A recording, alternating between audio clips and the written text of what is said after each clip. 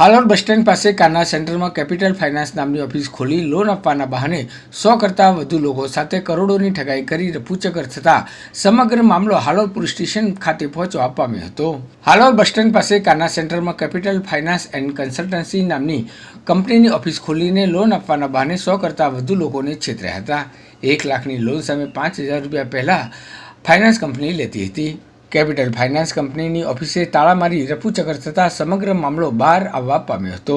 પંચમહાલ, ગોધરા, વડોદરા સહિત અન્ય જિલ્લાના લોકોએ લોન લેવા માટે હજારો રૂપિયા આપ્યા હતા। કેપિટલ ફાઇનાન્સ કંપનીએ ઘણા બધા લોકો પાસેથી લોન અપાવવાના બહાને રૂપિયા લઈને છૂમંતર થયા હોવાની શક્યતા સેવાઈ રહી છે।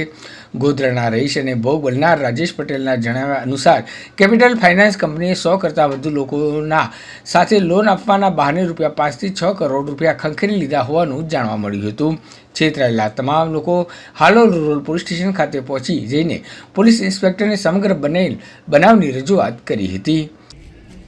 हाँ सर, હવે આ ન્યૂઝ પેપરની અંદર પત્રિકાઓ આવી હતી જે તે હાલોલ કેપિટલ ફાઇનાન્સ કંપનીમાંથી અને એમાં લોન અપાવવાના બહાને પત્રિકાઓ છપાવી। તે પત્રિકાઓ વાંચ્યા પછી અમે જે તે ઓફિસનો સંપર્ક કર્યો અને ભાઈએ કીધું કે ભાઈ લોન તમને મળી જશે ના તે, પરંતુ પહેલાં તમારે વીમાના અને ફાઇલ ચાર્જના પૈસા તમારે પહેલાં ભરવા પડશે। એટલે જે તે આ પેલું પત્રિકાઓ વાંચી એટલે ઘણા બધા એવા નાગરિકો જે ભેગા થયા અને એમનો સંપર્ક કર્યો અને ઘણા બધા એમનો સંપર્ક કર્યા પછી બધાએ પૈસા આપ્યા અને મેં પણ 60,000 રૂપિયા આપ્યા છે। 60,000 રૂપિયા એ પત્રિકાના ત્યાં સંપર્ક કરવાથી 20 લાખની લોન હતી અને ઘણા બધાને 30 લાખની છે, 15 લાખની છે, 5 લાખની છે, એવી રીતે અલગ અલગ જે તે જરૂર હોય એ પ્રમાણે। ત્યાર પછી અમને કીધું કે હવે પૈસા આપો અને તરત તમે 2 કે 3 દિવસની અંદર તમારી લોન એપ્રુવલ થઈ જશે। એપ્રુવલ લેટર આવશે એટલે તરત જ તમને ચેક મળી જશે। એટલે પછી મેં આપ્યા અને બીજે દિવસે મારા પર ફોન આવ્યો કે ભાઈ તમારો થઈ ગયો છે અને તરત જ તમે પૈસા લઈને આવો અને તમારો એપ્રુવલ લેટર આવી ગયો છે। એમનો મતલબ સેન્સર લેટર ડુપ્લિકેટ બનાવીને આપ્યો હતો। પછી ગયો જોયો તારે એમાં મને સહી કરાવી। સહી કર્યા પછી અમને મેં કીધું મને ફોટો પાડવા દે ભાઈ, તો મને ફોટો પણ ના પાડી દો। મેં કીધું હું ગૂગલ પે કરું તો ગૂગલ પે પણ નહીં ના પાડી, તો કે રોકડા જ જોઈશે।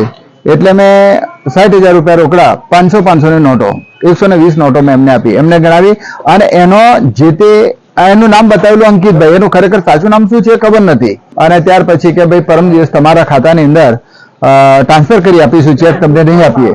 પછી 3 દિવસ થયા, બીજે દિવસે મેં જે તે ટાઈમે ફોન કર્યો તો ફોન બંધ આવે, પૈસા જોયા તો પૈસા પણ જમા નહીં થયા અને અત્યાર સુધી એ ઓફિસ બંધ છે। ક્યાં છે શું છે એવા ઘણા બધા લોકોનો પૈસા એ કરી અને છેતરપિંડી કરીને ફરાર થઈ ગયેલ છે। હવે અમે ટાઉન પોલીસ સ્ટેશન હાલ ખાતે બધા જે નાગરિકો જે છેતરપિંડી થયેલા છે એ બધા ભેગા થઈ સંગઠન કરી અને ટાઉન પોલીસ સ્ટેશને ફરિયાદ આપી છે। સાહેબ, અંદાજ કેટલા લોકો છેતરાયા છે એવું લાગે? લગભગ 45 થી 50 લોકો અમારા જાણ્યા પ્રમાણે, બીજા હજુ કેટલા છે બીજા આવ્યા નથી। કેટલાની છેતરપિંડી થઈ? લગભગ 5 કરોડની આજુબાજુ। શું નામ તમારું? મારું નામ વિઠ્ઠલભાઈ બારિયા, ગોધરા। શું નામ તમારું? હું રાજેશભાઈ પટેલ, ગામ સાપા, તાલુકો ગોધરા અને જિલ્લો પંચમહાલ।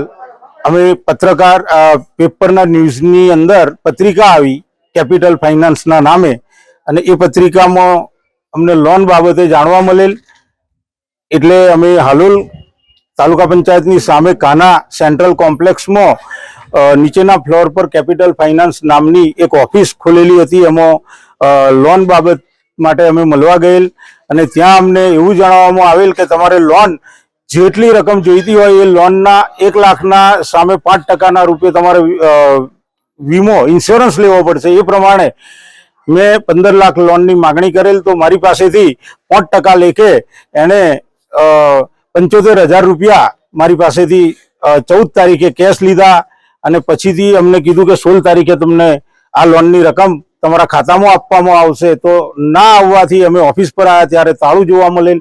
ત્યાં મારા જેવા ભોગ બનેલા અસંખ્ય લોકો પણ ત્યાં ઊભા હતા।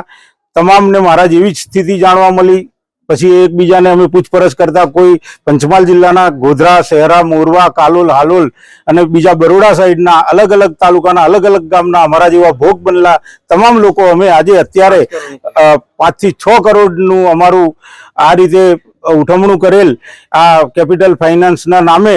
તો અમે Halol police station city police station હાલોલમાં અત્યારે ફરિયાદ આપવા આવ્યા છીએ. એની સામે FIR નો ગુનો નોંધવા માટે અમે તમામ લોકો સંયુક્ત રૂપે ફરિયાદ આપેલ છે.